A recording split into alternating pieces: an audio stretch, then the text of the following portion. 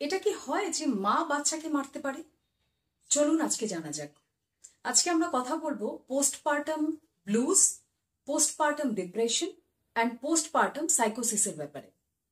Postpartum blues 50% মহিলা যাদের immediately delivery হয়েছে সেই সমস্ত মহিলার মধ্যে কিন্তু ভীষণ কমন। এটা কিরকম?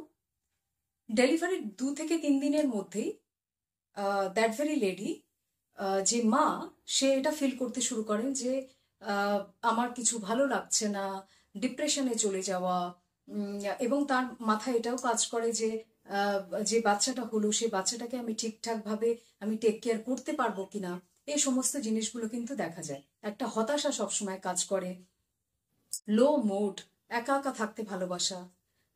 তো এই সমস্ত জিনিসগুলো কিন্তু 2 থেকে 3 দিন আফটার দ্য ডেলিভারি 50% লেডিজের মধ্যে এটা ডেভেলপ করে। এবং এর রিজন যদি আমি বলি, রিজন অ্যাকচুয়ালি এই সময় আফটার ডেলিভারি প্রচুর হরমোনলজিক্যাল ইমব্যালেন্স হয়। কিছু হরমোনস যেমন এস্ট্রোজেন, প্রোজেস্টেরন, এগুলোর লেভেল বা মাত্রাটা কিন্তু কমে যায়। তো যার জন্য এটা হয়, this is very temporary one, এবং সেটা আপনি আপনি সে লেডি কিন্তু ঠিক হয়ে যায়। এবার আমরা কথা বলি পোস্টপার্টাম ডিপ্রেশনের ব্যাপারে। এই পোস্টপার্টাম ডিপ্রেশন ডেলিভারির 2 থেকে 3 মাস পরে এটা ডেভেলপ করে। এটা কিরকম? যে সময় মায়ের কন্টিনিউয়াসলি উদাসী কাজ করছে, সে একা থাকতে পছন্দ করছে, সে বাচ্চার টেক কেয়ার করছে না, বাচ্চাকে ফিড করাচ্ছে না, এবং তার মধ্যে একটা এক্সট্রিম সেলফ ডাউট কাজ করছে যে এই বাচ্চাকে আমি কিভাবে টেক কেয়ার করবো, একে হয়তো আমি ঠিক মতো ভাবে বড় করতে পারবো না এই বাচ্চাকে। এই সমস্ত জিনিসগুলো কিন্তু কাজ করে।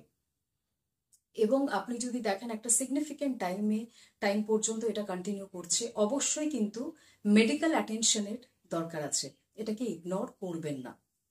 এবং এক্ষেত্রে CBT, cognitive behavioural therapy, that plays a very vital role, counselling plays a very vital role, এবং তার সাথে সাথে ফ্যামিলি থেরাপি, ফ্যামিলির যারা কেয়ার গিভার আছেন, যারা তার সেই মাদারের সাথে যারা আছেন কন্টিনিউয়াসলি, তারা কিভাবে তার সাথে বিহেভ করবেন, তার সাথে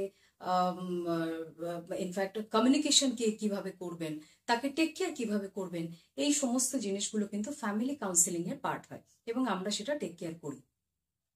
এবার most interesting and very very dangerous mental health disorder, তার ব্যাপারে কথা বলা যাক।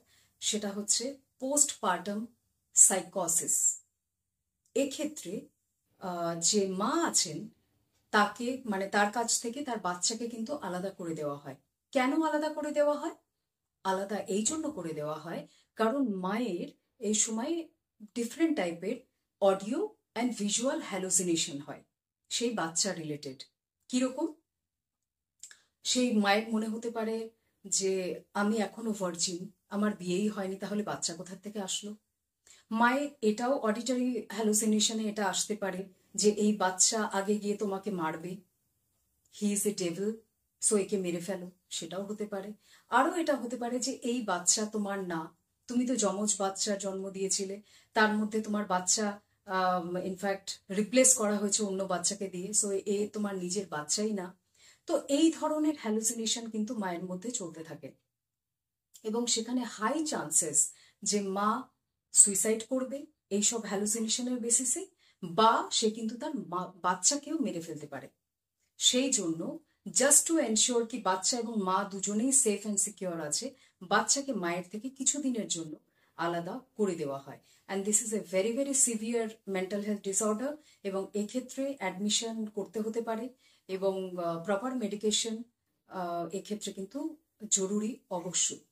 তো আপনারা নিশ্চয়ই এই ধরনের কেসেস শুনেছেন, যারা মেবি ডেলিভারির পরে তার বাচ্চাদের মেরে ফেলেছে, এগুলো নিউজে আসতে থাকে। তো this is nothing but postpartum সাইকোসিস। এবং সাপোজ ফার্স্ট ডেলিভারিতে এরকম কোনো সিমটমস ডেভেলপ করছে, সেকেন্ড ডেলিভারির ক্ষেত্রে সেই মাদারকে কিন্তু অবশ্যই একজন সাইকিয়াট্রিস্ট এবং সাইকোলজিস্টের সাথে কন্ট্যাক্ট করা উচিত, জাস্ট টু এনশিওর কি লাস্ট টাইম যে এপিসোড রিপিট হয়েছে, সেই যে এপিসোড হয়েছে সেই এপিসোড যেন সেকেন্ড প্রেগনেন্সিতে সেটা রিপিট না হয়। সো আজকে এই পর্যন্তই। নিজের মেন্টাল হেলথে স্পেশাল কেয়ার নিন। Thank you very much.